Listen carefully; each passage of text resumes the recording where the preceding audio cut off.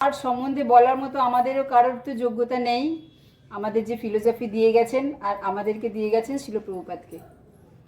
তো তার যে কঠোর তপস্যা, তার যে কঠোর ইট বৃষ্টি করত, মানে তার ফিলোসফিতে নবদ্বীপের মানুষ এত অতিষ্ঠ হয়ে গিয়েছিল, তার ওপর ইট বৃষ্টি করতো, মানে ইট ছুটতো, এমন দিনে গেছে। যেহেতু সহজিয়াদের ফিলোসফিতে সে বাধা দিয়েছিল, সেই কারণে তার ওপর ইট বর্ষণ করেছিল পর্যন্ত। এটা খুব কম মানুষেরই জানা আছে। তো শিল ভক্তি সিদ্ধান্ত সরস্বতী ঠাকুর যে পিতা, তার নাম কি ছিল? শিল ভক্তি বিনোদ ঠাকুর। তো শিল ভক্তি বিনোদ ঠাকুরের কাছে অনেক কমপ্লেন গিয়েছিল শিল ভক্তি সিদ্ধান্ত সরস্বতী ঠাকুরের সম্বন্ধে।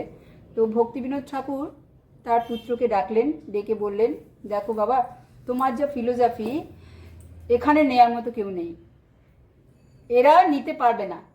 হয় তোমাকে নবদ্বীপ ছেড়ে চলে যেতে হবে, আদারওয়াইজ তোমার ফিলোসফিকে লাইট করতে হবে। শিল ভক্তি সিদ্ধান্ত সরস্বতী ঠাকুর গোস্বামী বললেন, আমার ফিলোসফি লাইট করার পসিবল না, সম্ভব নয়। তাই 1905 সাল থেকে তিনি একটা সংকল্প করলেন। কি সংকল্প তো জানেন? যে কি সংকল্প করেছিলেন?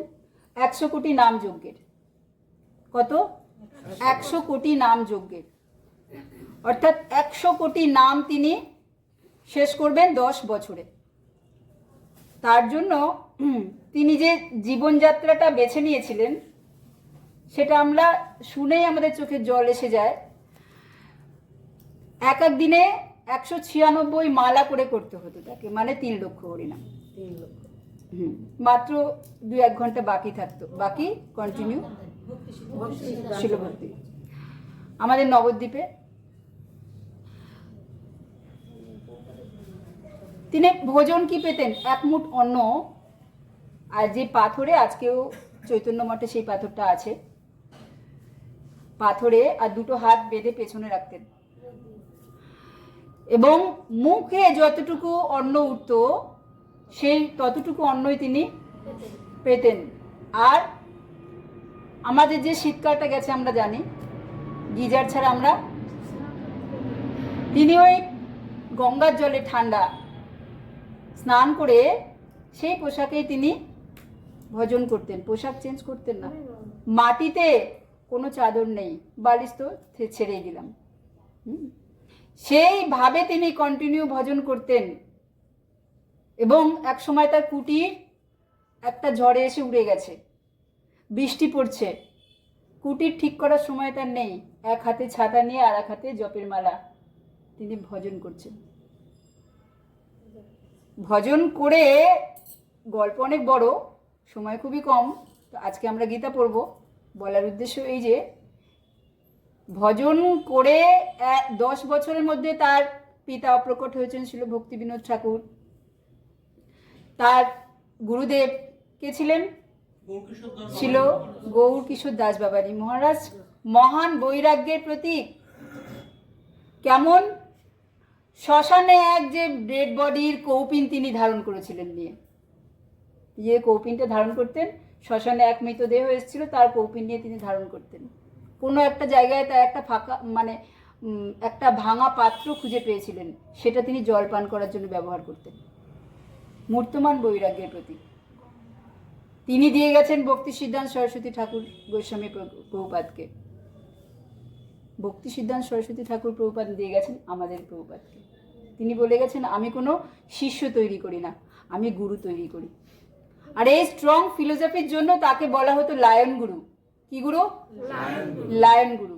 কেন? সিংহের মতো তার, তিনি এক ব্রহ্মচর্য শিক্ষা দান করার জন্য একটা স্কুল খুলেছিলেন। কি জন্য? ব্রহ্মচর্য শিক্ষা দান করা। প্রথমে অনেক যুবক ওই স্কুলে যোগদান করেছিলেন, কিন্তু যত দিন গেল সেই বিদ্যালয়ে একটিমাত্র ব্যক্তিই রইলেন, তিনি আর কেউ নয়, তিনি স্বয়ং নিজেই।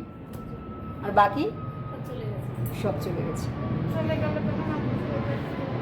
তার ফিলোসফি কেউ নিতে পারলো না, তার কঠোর ব্রহ্মচর্য পালন করতে কেউ পারলো না। আজকের দিনেই পারছে না, তখন কি পারবে? চলে গেল। তিনি যখন বাড়ি, মানে বাড়ি থেকে বের হতেন সবাই বাড়িতে ঢুকে যেতেন। কেন? তার কঠিন ফিলোসফির জন্য। শাস্ত্রে এই আছে, তুমি চলো সেই সিদ্ধান্ত অনুযায়ী, না যা তা বলে দিতেন তাকে।